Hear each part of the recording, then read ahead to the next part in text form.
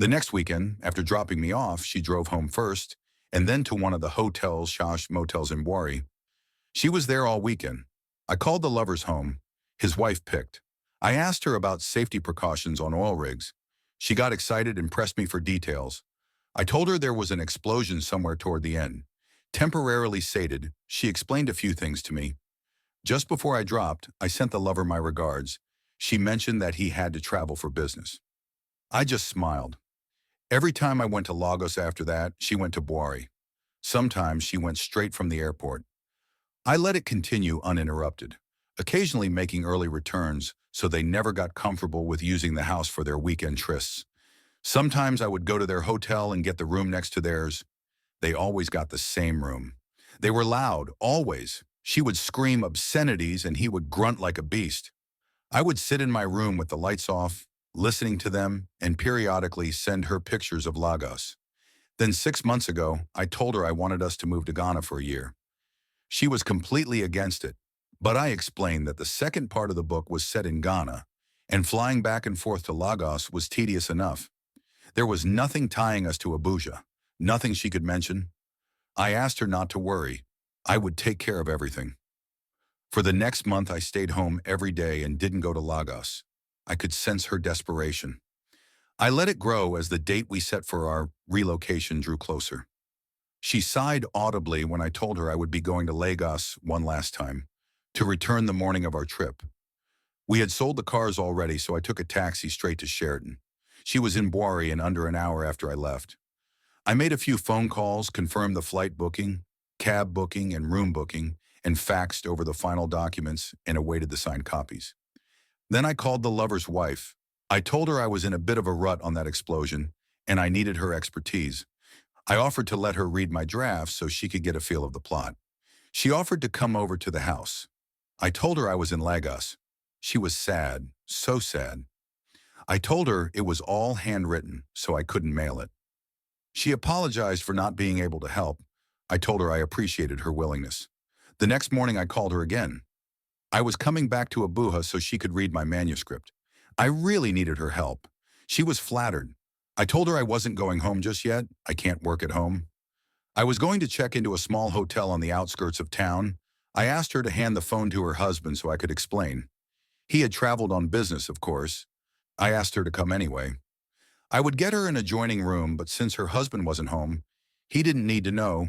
He would tell my wife and she'd be hurt that I came to Abuja and didn't sleep at home.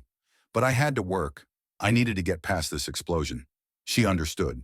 She wanted to drive over, but I was already in a cab. I picked her up. We checked into our rooms. They were separated only by thin walls, all three rooms. She had the one in the middle. We stepped in her room and I handed her the handwritten manuscript of my unpublished first novel. I wrote it when I was 17 and it showed. Every chapter had a sex scene. She was barely through with the first chapter when the lovers started. They were loud and she blushed. I pretended not to notice. Between the obscene manuscript and what sounded like honeymooners next door, she got aroused in a few minutes. She paused periodically to ask questions and make recommendations, sometimes just to lick her lips. I lay on the bed, waiting for her to get to my little alteration. The noise of lovemaking next door had subsided. I knew when she found it. She started breathing hard. She licked her lips a few times. I half expected her to put the manuscript down out of embarrassment, but she kept on reading. When I leaned down to whisper in her ear, the words, "kiss me," weren't out of my mouth before she had me pinned to the bed. I put in everything I had, every trick I knew, but she wasn't a squealer.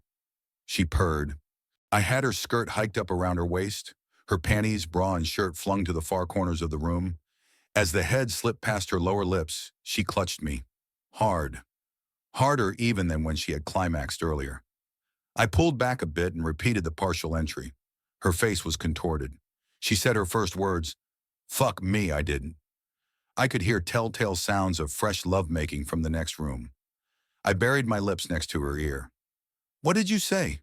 She repeated herself. I slid an inch forward, then out again.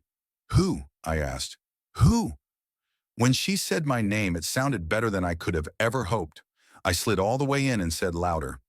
With each thrust, her voice rose, and every time I pulled back, I repeated myself. It had become a battle of sounds now. They had gotten louder, and I knew they had heard us. I was satisfied. As she came, she gave an extra treat.